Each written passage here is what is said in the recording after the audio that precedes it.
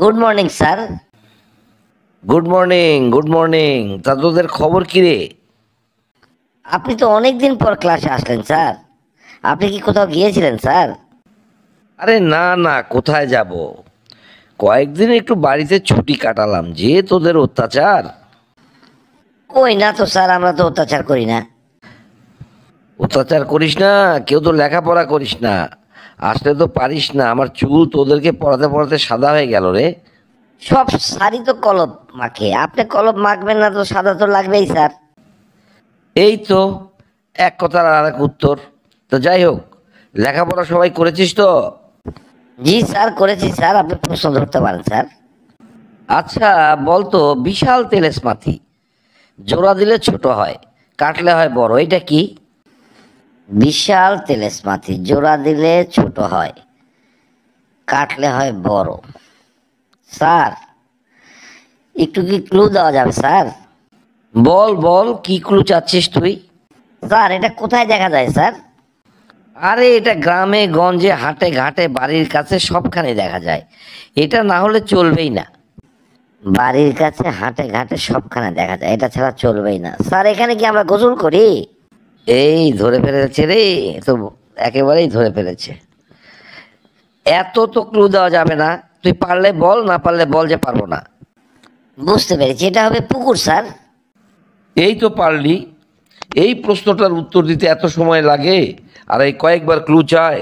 আচ্ছা বলতো, কোন সেই কাজ যে কাজ করলে কোনো শাস্তি নেই, কিন্তু করার চেষ্টা করে ব্যর্থ হলে শাস্তি আছে? বলতো এটা কি হবে? এ তো দেখছি দারুণ প্রশ্ন ধরেছেন স্যার।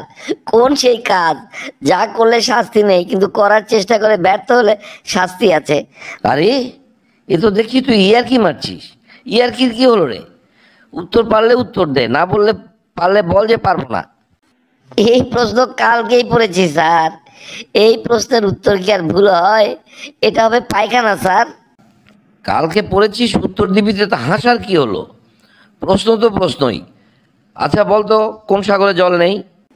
কোন সাগরে জল নেই? এ তো খুব সোজা প্রশ্ন স্যার। এটা হবে বিদ্যাসাগর স্যার। এ কয়েকদিন তো দেখছি ভালোই লেখাপড়া করেছিস, এ প্রশ্নের উত্তর দিলি, তোদের কিছুটা হলে উন্নতি হয়েছে। আচ্ছা বলতো, কোন জল চোখে দেয়? কোন জল চোখে দেয়? এটা তো একেবারেই সোজা স্যার। এটা তো আমার ওই বন্ধু কাজল স্যার। বুঝলাম, এটা কাজল। কই কাজলকে তো দেখছি না, ও তোকে তো ক্লাসে নাই দেখছি। ও আসে নাই আজকে? না স্যার, আসে নাই স্যার, ওর নাকি ভাইয়ের বিয়ে। ওর ভাইয়ের বিয়ে? তো তোদেরকে দাওয়াত দেয় নাই? না স্যার, আমাদেরকে দাওয়াত দেয় না, হঠাৎ করে বিয়ে তো, তাই আমাদের দাওয়াত দেয়নি স্যার। অনুষ্ঠান যখন করবে তখন দাওয়াত দেবে। ও তাই বল, তাছাড়া তো ও সবাইকেই দাওয়াত দিত। আচ্ছা বলতো, কোন গ্রামে রক্ত ঝরে? কোন গ্রামে রক্ত ঝরে? এটা হবে, পড়েছি কালকে, কোন গ্রামে রক্ত ঝরে। স্যার, এটা হবে সংগ্রামে স্যার, সংগ্রাম। ভেবেছিলাম পারবি না, যাক, এটারও তাহলে উত্তর দিয়ে দিলি। আচ্ছা বলতো, কোন কারে গান বাজে? স্যার, এটা হবে স্পিকার স্যার। এবারের প্রশ্নটা একটু কঠিন হবে, মনোযোগ সহকারে শোন, শুনে উত্তর দে।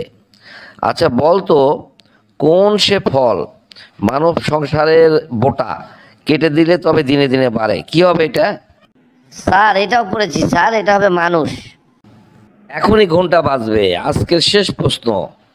ভালো করে চিন্তা ভাবনা করে উত্তর দিবি, কারণ শেষ ভালো যার সব ভালো তার। আচ্ছা বলতো, সর্প বটে, তার চারটি পা, ডিম দেয় না বাচ্চা দেয়, কি হবে এটা?